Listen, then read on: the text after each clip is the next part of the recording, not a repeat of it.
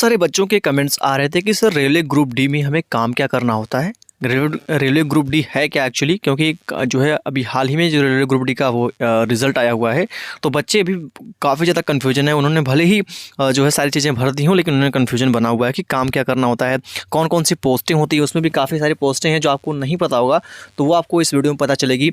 इसके अलावा आपको बताना चाहेंगे कि इसका जो है फॉर्म वगैरह कहाँ मिलता है भरने के लिए, उसकी भी डिटेल्स मिलेगी। इसके अलावा आपको बताएंगे कि सैलरी इसमें आपकी क्या रहती है, यानी कि आपको पर मंथ जो है आपकी बेसिक पे सैलरी क्या मिलने वाली है। जो लोग भी आपकी बार में सिलेक्शन होंगे उनको वो सैलरी क्या मिलेगी और क्या योग्यता आपकी मांगी जाती है इसमें आवेदन करने के लिए, तो सब कुछ जानेंगे हम डिटेल्स में। उससे पहले देख लेते हैं आपको फॉर्म इसका कहाँ पे मिलेगा। तो किसी भी नौकरी का form, admit card, result download करने के लिए आपको सिंपली से अपने गूगल के ब्राउजर में सर्च करना होगा इस तरीके से www.sarkaripur.com या फिर आपको sarkaripur.com ही सर्च करके आ जाना होगा।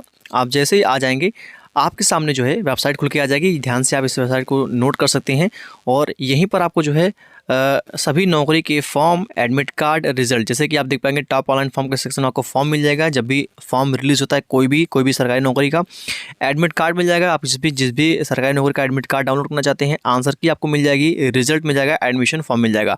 तो सारी चीज़ें आपको मिल जाती है sarkaripur.com पर। आप ध्यान से वेबसाइट को कहीं पर नोट कर सकते हैं। चलिए दोस्तों, बात करते हैं सबसे पहले कौन कौन सी पोस्टें आपको ग्रुप डी में देखने को मिलती है। जैसे आपका सिलेक्शन हो जाएगा कौन कौन सी पोस्टें रहेगी, तो आप देख पाएंगे टोटल जो इसके अंतर्गत ग्रुप डी में पोस्ट आती है वो लगभग 8 पोस्ट आती है। और यहाँ पर जो है 8 पोस्ट में सबसे पहली पोस्ट है गैंगमैन की।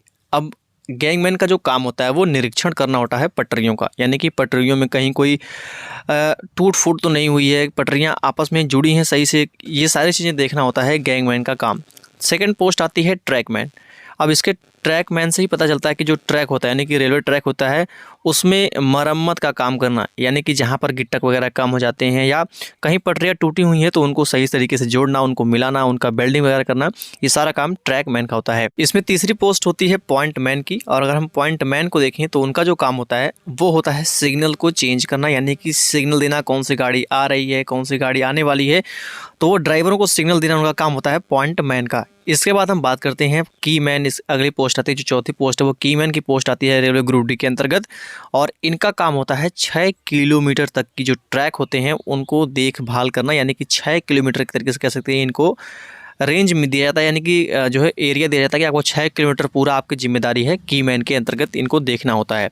तो ये जो आप सोच रहे होंगे कि हमें तो ये नहीं आता है, तो ये आपको जो है आपके ट्रेनिंग के टाइम में आपको जो है देख लिया जाएगा कि कौन बंदा किस में ज़्यादा परफेक्ट है, उसको वही जो है पोस्ट दे दी जाएगी। बात करेंगे गेटमैन की। तो गेटमैन आपको पता होगा, इसके नाम से ही पता चल रहा है, आपने कभी ना कभी जो है किसी भी पटरी वगैरह को पार किया होगा तो वहाँ पर जो फाटक वगैरह लगे होते हैं उनको खोलने का काम, उनको बंद करने का काम गेटमैन का होता है। ठीक है, तो आप लोगों को पता ही होगा। इसके बाद आते हैं 6 नंबर पे लीवरमैन। लीवरमैन का काम होता है जो पटरियाँ होती हैं, कोई ट्रेन अगर मान लो क्रॉस करने वाली है और उसे ईस्ट से वेस्ट में जाना है, तो जो पटरी मान लो वेस्ट की तरफ जाती है उसको मिलान करना ईस्ट की पटरी से, तो मतलब एक दूसरे पटरी को जो जोड़ा जाता है, आपने देखा भी होगा जोड़ते हुए, तो उसका जो काम होता है वो लीवरमैन का काम होता है। और ये भी ग्रुप डी की एक पोस्ट है। इसके बाद बात आती है शटर। जो अगली पोस्ट है वो शटर की पोस्ट आती है। और शटर का जो काम होता है वो जो ट्रेनें खड़ी होती हैं किसी डिपो में या स्टेशन पर, उनको सही तरीके से, ठीक है, उनको सही तरीके से मैनेज करना, उनको अच्छे तरीके से एक तरफ करना या फिर ट्रेनों को एक दूसरे के साथ जोड़ना, ये सारा काम होता है शटर मैन का। उसके बाद लास्टली जो पोस्ट आती है ग्रुप डी के अंतर्गत वो आती है आपकी शटर की पोस्ट, मतलब कि पोर्टर की पोस्ट, सॉरी, यहाँ पर पोर्टर की पोस्ट आती है 8वीं। और इनका जो काम होता है वो नाम से पता चला कि पोर्ट, यानी कि सामान को इधर से उधर ले जाना, पोर्ट। ठीक है, इनका काम होता है, मान लीजिए कि एक तरीके से एग्जांपल देते हैं कि मान लीजिए कि ड्राइवर को जो है रिंग देना है, ठीक है, स्टेशन मास्टर से लेकर के, तो ये वहाँ से ले जाएंगे, ड्राइवर को रिंग देंगे गाड़ी को छोड़ने के लिए, और वहाँ से रिंग लेंगे, स्टेशन मास्टर को ला के देंगे, गाड़ी मतलब छूट गई। ठीक है, तो ये काम होता है पोर्टर का। तो ये कुछ पोस्टें हैं जो इनका अलग अलग काम होता है, ग्रुप डी के अंतर्गत आती है। अब बात करते हैं कि इसमें आपकी शैक्षिक योग्यता क्या मांगी जाती है। तो जो लोग भी 10th पास होते हैं वो इस भर्ती के लिए अप्लाई कर सकते हैं, या फिर आपके पास ITI है तो भी आप इस जो है अप्रेंटिस की पोस्ट के लिए अप्लाई कर सकते हैं। लेकिन 10th पास वाले इस भर्ती के लिए आपको मिनिमम अगर 10th पास है तो आप आवेदन कर पाएंगे। अब बात आती है सैलरी, आखिरकार इसमें आपको सैलरी क्या मिलेगी। तो सैलरी की जहाँ तक बात आती है तो आपको स्टार्टिंग में 18,500 से लेकर के 18,000 से लेकर के आपको जो है 25,000 के आसपास में सैलरी देखने को मिल जाती है। इसके अलावा आपको जो है अलाउंस वगैरह भी देखने को मिल जाते हैं।